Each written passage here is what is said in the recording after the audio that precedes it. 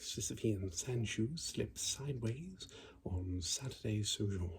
My Sisyphean sandshoes slip sideways on Saturday's Aloha. My name is Finnius McPhail, Senior Fine Arts Editor and Principal Critic for the Proto-Rationale Journal of Convoluted Artistic Practice. Thank you for joining me once again on Critic's Corner.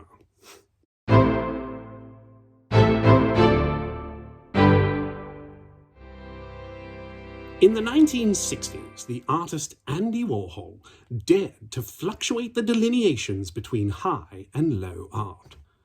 Adorning gallery walls with diptychs of Marilyn Monroe and portraits of soup cans on canvases, Warhol compelled his viewers to note the often porous line between the profound and the profitable, inviting them to re-examine the ways in which they themselves lived in a soupy concoction of pop culture and recontextualized classical influences.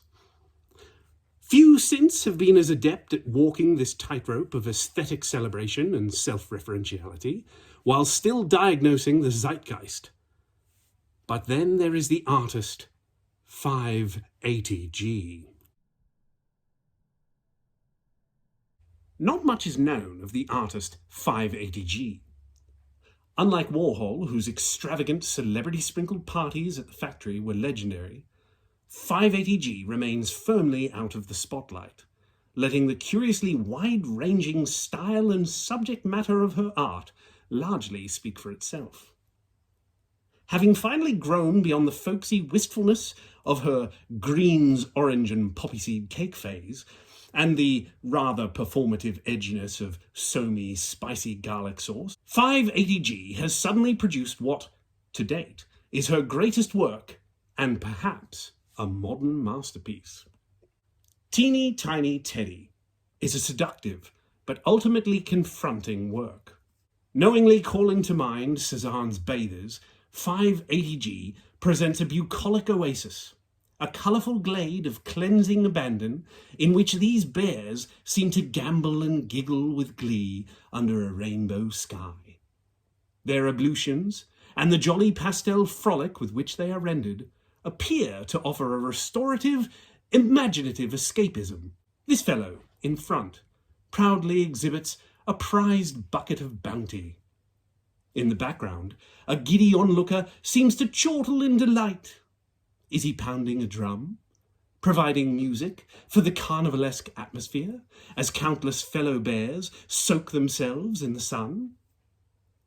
But all too soon we are confronted with the darkness that underscores the delight. These bears are not wistful, they are wallowing.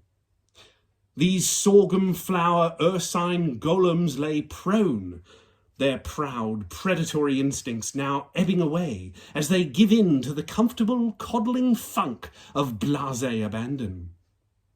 This is not a bath of renewal, but resignation.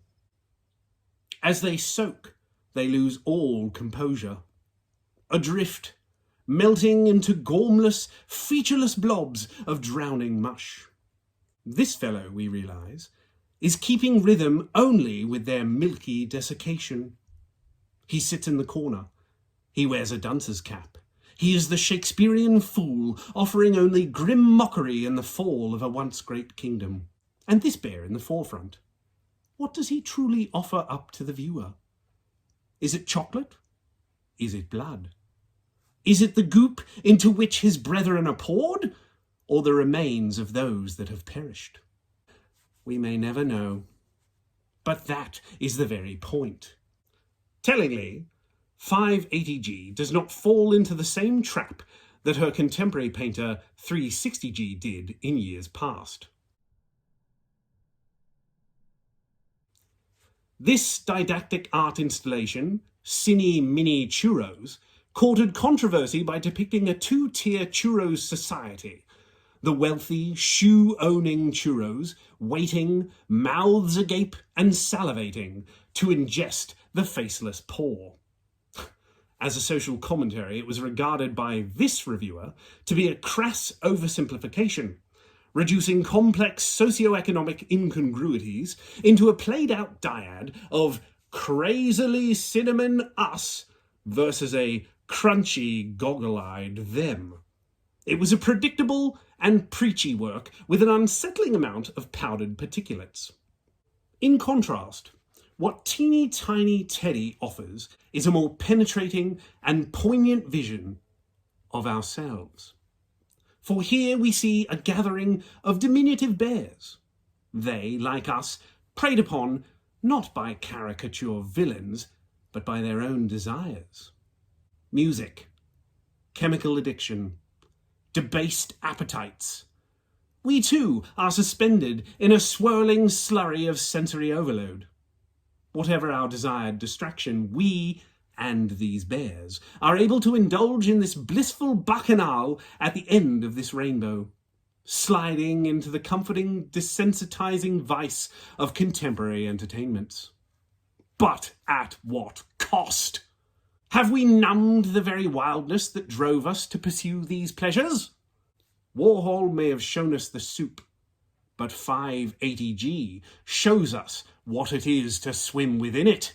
Like these bears who have given over to a ruinous complacency, we find ourselves depicted in this landscape. To bear is to be burdened. To bear is to be pregnant. To bear is to be stripped naked. And Teeny Tiny Teddy reminds us of all these fading potentialities. Are not, 580G asks us, are we not all these bears? Lost in the blizzard of entertainments and gossip and sensory stimulation that offers but fleeting delight, lying suspended in the swirling slurry of our own putrescence. Are not? And in reply, I can only shudder at the challenge and murmur under my breath, are not indeed. This has been Finnius McPhail for Critic's Corner. I thank you for joining me.